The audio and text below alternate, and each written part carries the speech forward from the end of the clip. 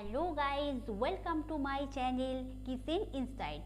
আজকের আমার recipe chilli পাবদা। তো চিলি পাবদা তৈরি করতে প্রথমে আমি পাবদা মাছকে ম্যারিনেট করে নেব। তার জন্য হাফ টি স্পুন গোলমরিচ পাউডার দিলাম, হাফ টি স্পুন রেড চিলি পাউডার মানে কাশ্মীরি চিলি পাউডার, আর 1 টিস্পুন আদা রসুন পেস্ট, 1 টিস্পুন লেবুর রস, পাতিলেবুর রস। এবার আমি এটা ম্যারিনেট করে আমি 10 মিনিট রেখে দেবো ম্যারিনেশনের জন্য।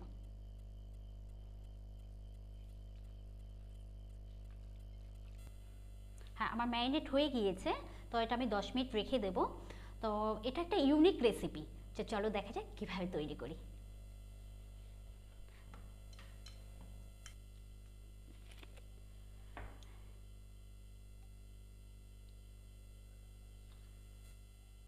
হ্যাঁ, এবার রেড চিলি তৈরির জন্য চিলি পাবদা তৈরির জন্য এবার আমি একটি সস রেডি করে নিচ্ছি। তার জন্য আমি 1 টেবিল স্পুন সয়া সস দিলাম,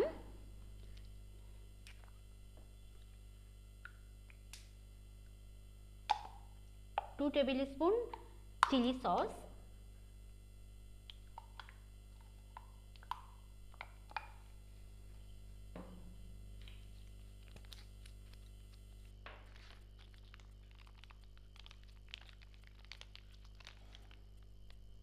4 টেবিল স্পুন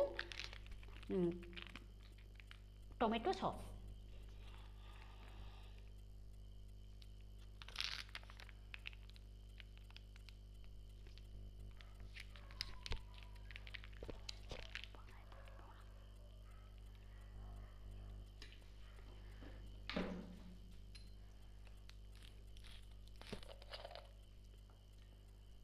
আর 1 টেবিল স্পুন ভিনেগার।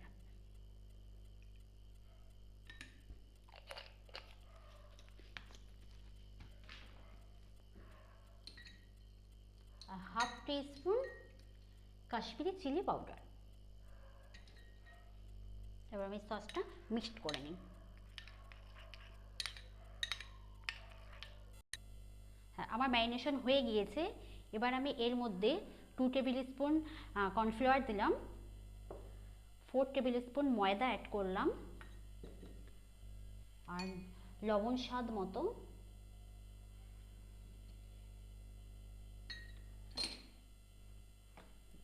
সামান্য জল অ্যাড করে আমি এটা মেখে নেব।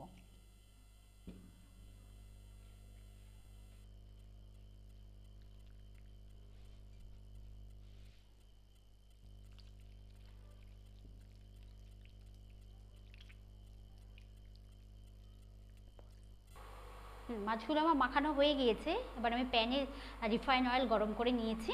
এবার আমি এগুলো ফ্রাই করে নেব।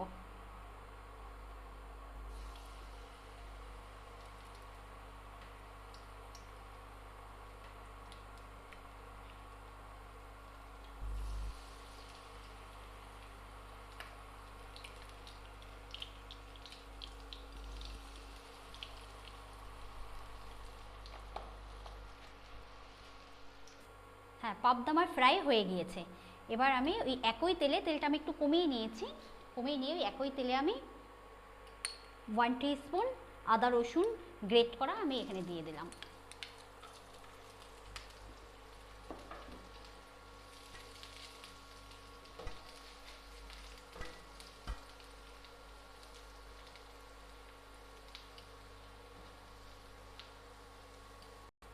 আমি হালকা করে ফ্রাই করে নিয়েছি। এবার এর মধ্যে আমি ক্যাপসিকাম অ্যাড করবো। আমি ঠিক এভাবে লম্বা লম্বা করে ক্যাপসিকাম কেটে নিয়েছি।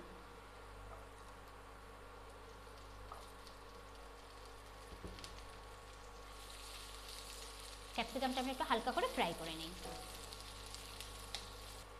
হ্যাঁ, হালকা করে আমার ক্যাপসিকাম ফ্রাই হয়ে গেছে। এর মধ্যে আমি ঠিক এভাবে লম্বা লম্বা করে কেটে নিয়েছি পেঁয়াজ, এর মধ্যে অ্যাড করে দেবো। আর এখানে আমি 6টা কাঁচা লঙ্কা নিয়েছি, ঠিক এভাবে লম্বাভাবে চিড়ে নিয়েছি।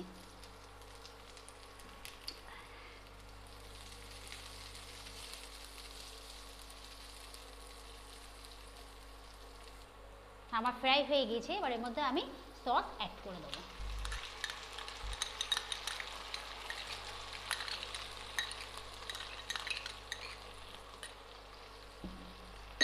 এর মধ্যে আমি মাছগুলো দিয়ে দেবো।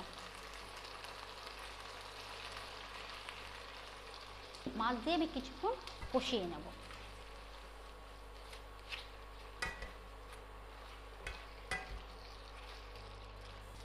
হ্যাঁ, আমার কষানো হয়ে গিয়েছে। এবার এর মধ্যে আমি 1 টিস্পুন কর্নফ্লাওয়ার, হাফ কাপ জল অ্যাড করে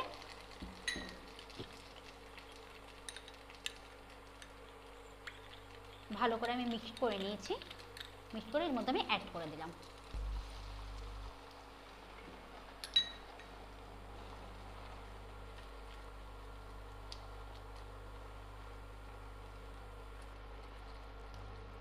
আমি 2 মিনিট হাই ফ্লেমে এটা কুক করে নেব।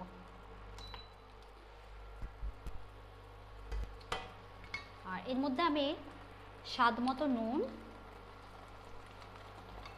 এবং স্বাদ মতো চিনি অ্যাড করে দিলাম।